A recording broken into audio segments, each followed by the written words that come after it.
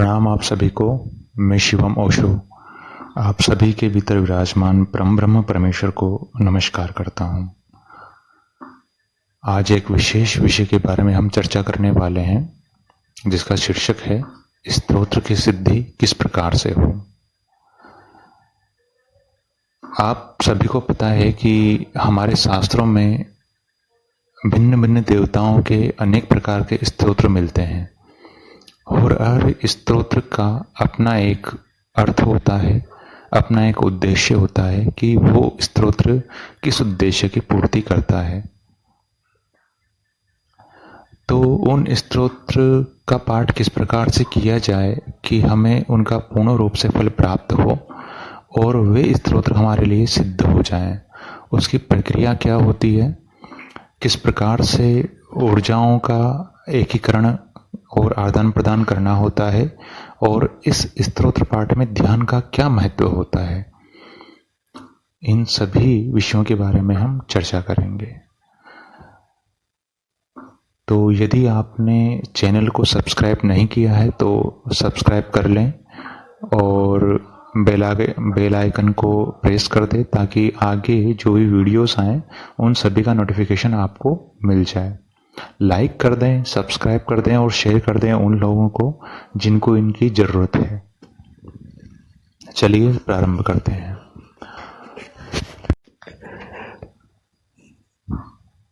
जब भी आप किसी स्तोत्र का पाठ करते हैं उसके लिए कुछ बातों का जानना सबसे ज़्यादा ज़रूरी है, और वे बातें क्या हैं वो मैं आपको बता दूं।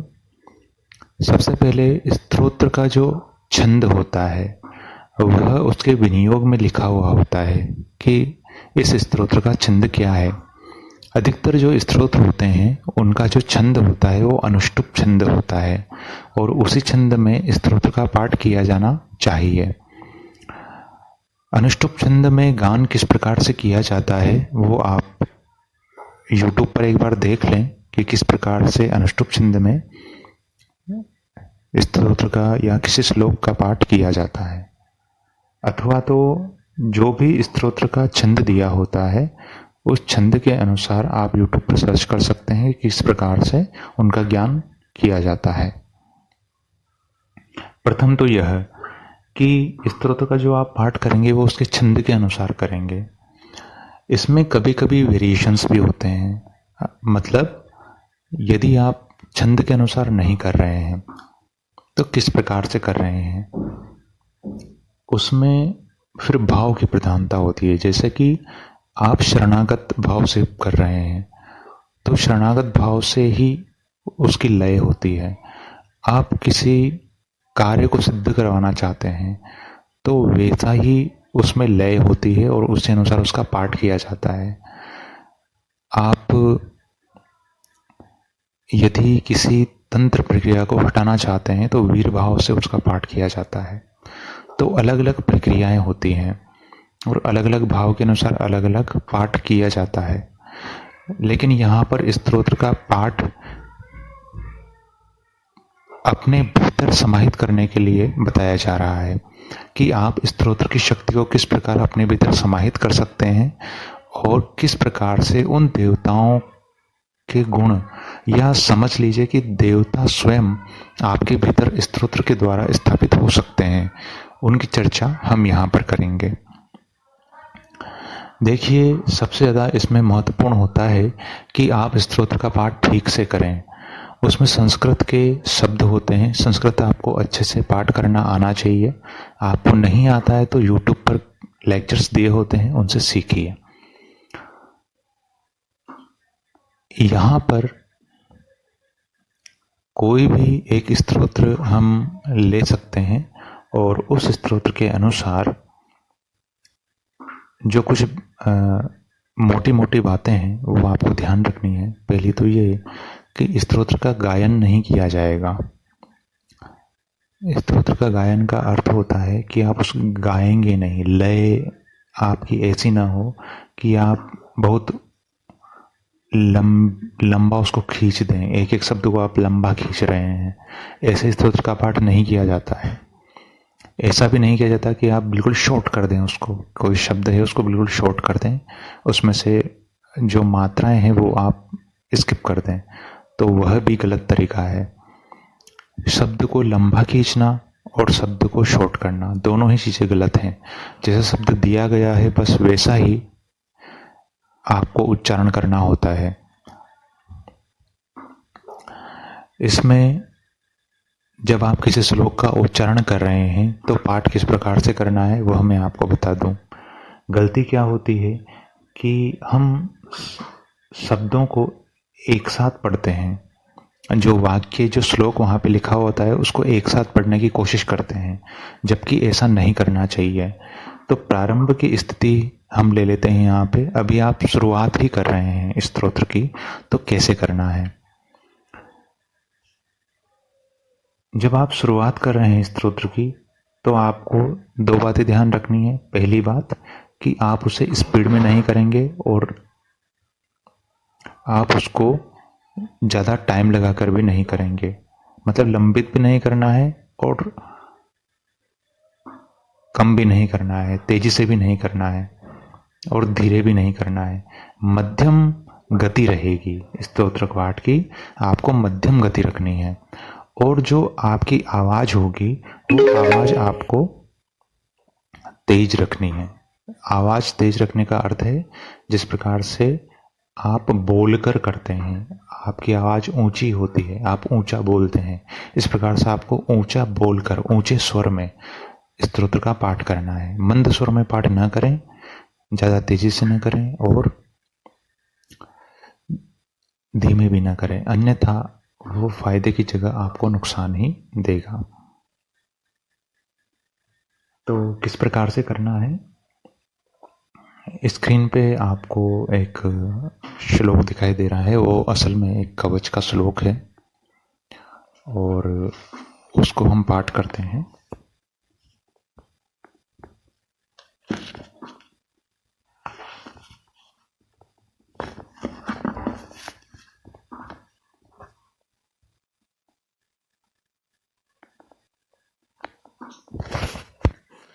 ध्यान दीजिएगा पाठ कैसे करना है। यहाँ आपको श्लोक दिखाई दे रहा है और श्लोक का जब मैं पाठ करूँगा उसमें आपको सबसे पहले अक्षर को पकड़ना है। सबसे पहले आपको अक्षर को पकड़ना है, उसके बाद आप शब्द को पकड़ेंगे और उसके बाद लाइन होगी और उसके बाद वाक्य होगा। समझ में आ गया? आप क्या करते हैं, जल्दबाजी के चक्कर में पूरी लाइन ही पढ़ने की कोशिश करते हैं और इसी में त्रुटियां होती हैं। आपको जो पाठ करना है वो अक्षरतः करना है, अक्षर अक्षर पकड़कर करना है। यहाँ लिखा हुआ है,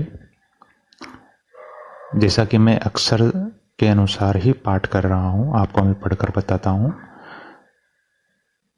शिवाम शक्त्याम आध्याम दस दल गताम रुद्र महिषिम विशालाक्षिम सूक्ष्माम शशि युत जटा जूट मुकुटाम। अब ये मैंने अक्षरतः पढ़ा है। असल में ऐसा मैंने इसलिए कहा है क्योंकि आप शुरुआत में यदि आपका उच्चारण ठीक नहीं है या आपको नहीं आता है तो इसी प्रकार से आप पढ़ेंगे। जब आप सहज हो जाएं उसे पढ़ने के लिए, जब आपके ज़बान पर वो आने लग जाए, तब आप कैसे पढ़ेंगे उसको, इस प्रकार से पढ़ेंगे। अब आपको अक्षर से शब्द पे जाना है, बस यहीं तक आपको करना है, लाइन पे नहीं जाना है। अब आप शब्दतः पढ़ेंगे इसको। कैसे पढ़ेंगे?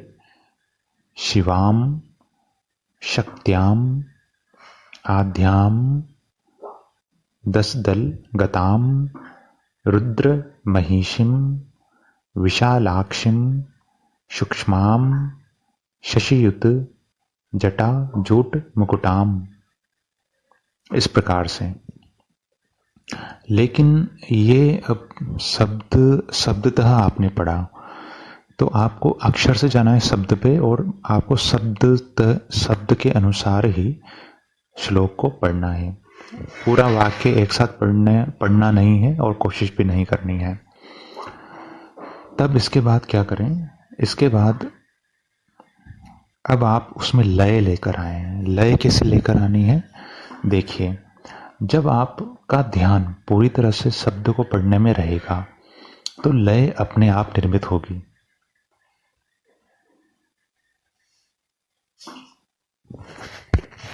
मैंने आपसे कहा था कि जो स्पीड है वो आपको धीमी भी नहीं रखनी है और तेज भी नहीं रखनी है। मध्यम गति रहेगी और उच्च स्वर रहेगा। तो मैं आपको पढ़कर बताता हूँ। आपने समझ लिया कि शुरुआत में प्रैक्टिस कैसे करनी है। आपको शब्दशः पढ़ना है, ठीक है, और लय में पढ़ना है। अब वो लय कैसे? देखिए, जब आप शब्द पे ध्यान रखेंगे पूरा पढ़ने पर तो लय बनेगी आपकी। कैसे बनेगी? मैं इसको पढ़कर बता रहा हूं। जो गति है वो मध्यम गति रहेगी, धीमी भी मैं नहीं रख रहा हूं और तेज भी नहीं रख रहा हूं। शिवाम शक्त्याम आद्याम 10 दल गताम रुद्रमहिषीम विशालाक्षिम सूक्ष्माम शशियुत जटा जूट मुकुटाम। फिर से पढ़ता हूं। शिवाम शक्त्याम आद्याम 10 दल गताम रुद्रमहिषीम विशालाक्षिम सूक्ष्माम शशियुत जटा जूट मुकुटाम। इस प्रकार से आपको श्लोक का उच्चारण करना है और इसी तरह से आपको प्रत्येक श्लोक का उच्चारण करते जाना है। और यह जो श्लोक आप पढ़ते जाएंगे इस तरह से पूरा स्तोत्र का पाठ होगा। और जब पूरा स्तोत्र का पाठ हो जाए तब आप क्या करें? उस स्तोत्र का पाठ हो जाए तो प्रतिदिन उसको पढ़ें।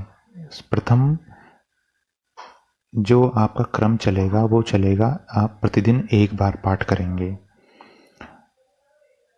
फिर आप को हो गए, मान लीजिए आपको 7 दिन हो गए, 21 दिन हो गए। अब 21 दिन के बाद आप उसको 3 बार पाठ कीजिए। प्रतिदिन 3 बार आप पाठ करेंगे। और अभी हमने उसमें ध्यान समाहित नहीं किया है। अभी केवल नॉर्मल जो आपको पढ़ना होता है आप वैसे ही पढ़ रहे हैं।